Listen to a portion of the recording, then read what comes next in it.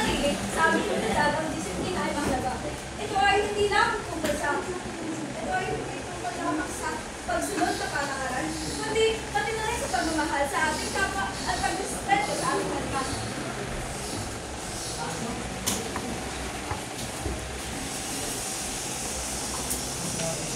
Fred, hindi ang pwede magtapon ng basura. Basura kasi ako dito. Nakakaya ng basura ako nagtatapon. Hindi nga lang pre, wala naman siguro makakakita na nagtapon tayo dyan.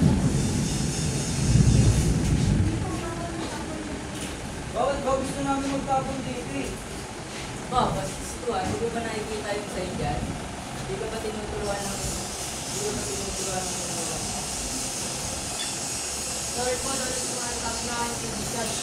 Tapos na po namin tao sa mga basura. Aba, ano itong narinig ko? Ang napakabasong baraw pala. Hindi kita pinalaking ganyan. Magpasensya ng ating sa lolo at lolo mo.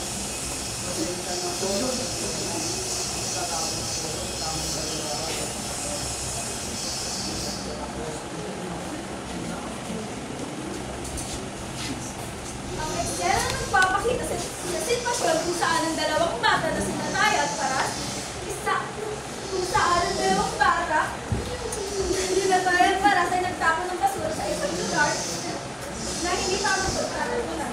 Nakita sila ng isang lola at lola na sumaway sa kanila dahil sa kanilang ginawa.